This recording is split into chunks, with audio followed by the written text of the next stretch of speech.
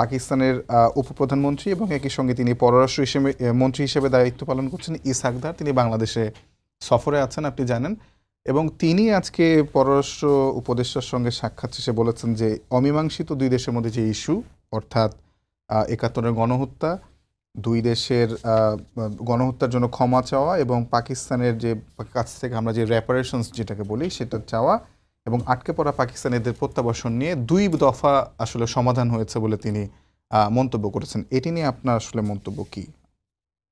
পাকিস্তানের পররাষ্ট্রমন্ত্রী যে কথাগুলো বলেছেন এটা আংশিক সত্য।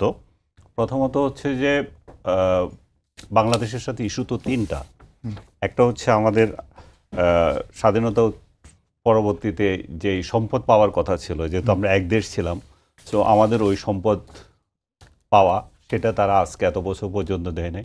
দ্বিতীয়ত এখানে কিছু আটকে পড়া পাকিস্তানি ছিল, তারা যেতে চায়, তাদেরকে ফিরিয়ে নেওয়া। তৃতীয়ত হচ্ছে যে ৭১-এর গণহত্যার জন্য ক্ষমা চাওয়া।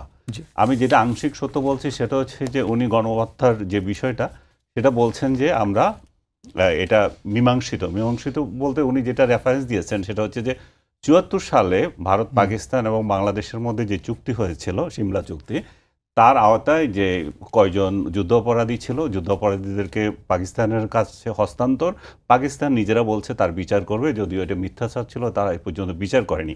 সেখানে হালকাভাবে বলা হয়েছে যে পরস্পর ওরাও আমাদের এই ঘটনাগুলো যেগুলো ঘটছে সেটার জন্য দুঃখ প্রকাশ করছে, আমরাও করছি। এই দুঃখ প্রকাশটা মানে সমবেদনা জাতীয়, এটা ডাইরেক্টলি বলা নাই।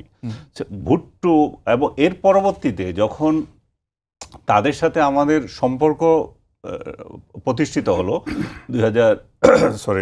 1974 সালে, যখন ফেব্রুয়ারিতে ওআইসি সামিটে বঙ্গবন্ধু সেখানে জয়েন করবেন, বঙ্গবন্ধুকে আনার জন্য আপনার কাতারের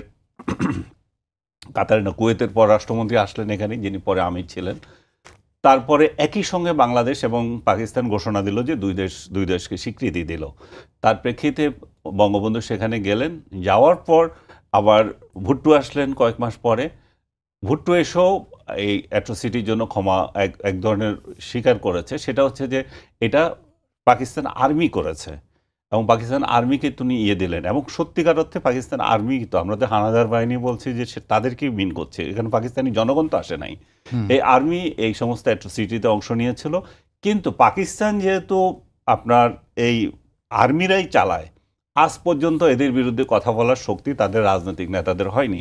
তাদের রাজনৈতিক নেতাদের আমার স্মরণ আছে, নেওয়াজ শরীফ যখন ঢাকায় এসেছিল উনিও এটার জন্য মানে আমরা অনুতপ্ত। তারপর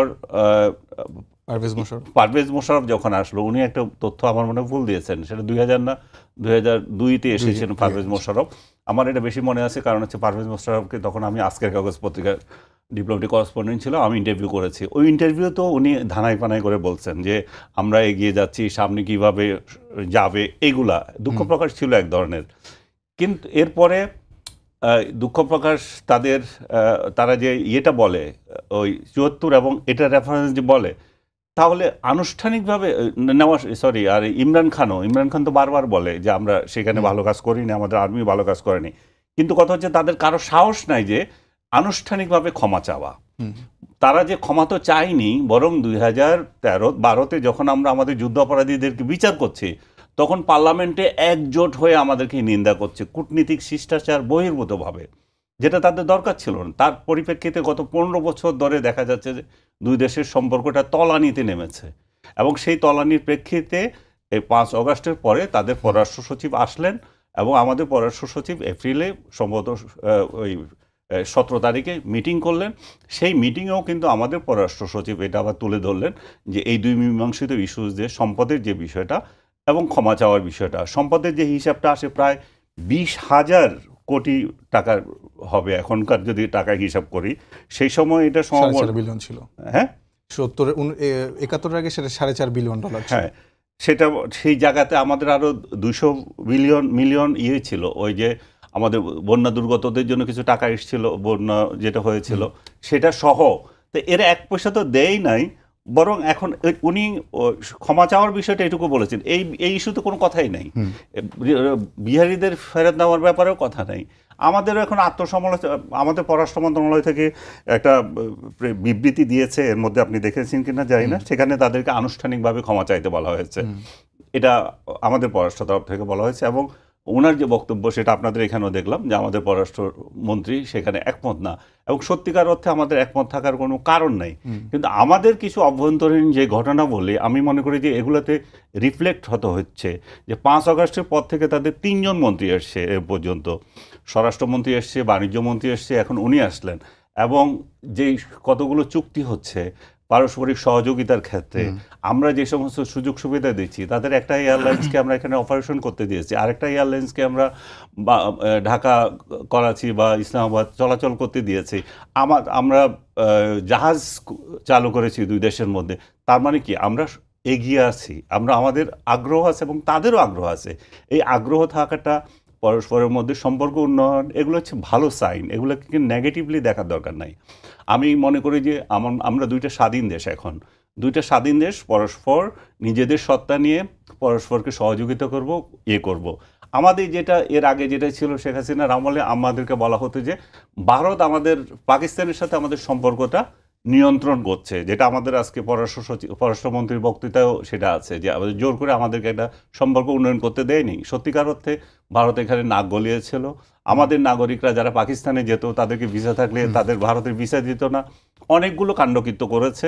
আমরা আম পাঠিয়েছি, অমুক পাঠিয়েছি সম্পর্ক উন্নয়নের জন্য, একেবারেই যে হয়নি তা না, কিন্তু আসলে সম্পর্ক গজায় নেই, বাড়ায় নেই। এবং একটা শেষ করে দিচ্ছি আমি, সেটা না বাড়ানোর মূল কারণ কোথায় আটকে আছে দেখেন, সেটা হচ্ছে ওই 13তে যে যুদ্ধ অপরাধী, এই বাংলাদেশের মুক্তিযুদ্ধ ইস্যু, এই ইস্যু যতদিন তারা সমাধান করবে না ততদিন পর্যন্ত আমাদের উন্নয়ন হবে না। এখন আমাদের আমি এক লাইনে শুনতে চাই, সমাধান কিভাবে সম্ভব? তারা ক্ষমা চাইলে কি সমাধান সম্ভব? সম্ভব। তারা আনুষ্ঠানিকভাবে একটা ক্ষমা চাইতে হবে। তাদের যে পার্লামেন্টে তারা যদি আমাদেরকে নিন্দা করতে পারে, আমাদের যুদ্ধাপরাধীদের ফাঁসি ব্যাপারে, আমাদের অভ্যন্তরীণ বিষয়ে হস্তক্ষেপ করতে পারে, তার মানে হচ্ছে তারা 71 থেকে এখনো বেরিয়ে আসতে পারে নাই, তারা খোলা মনে আসে নাই।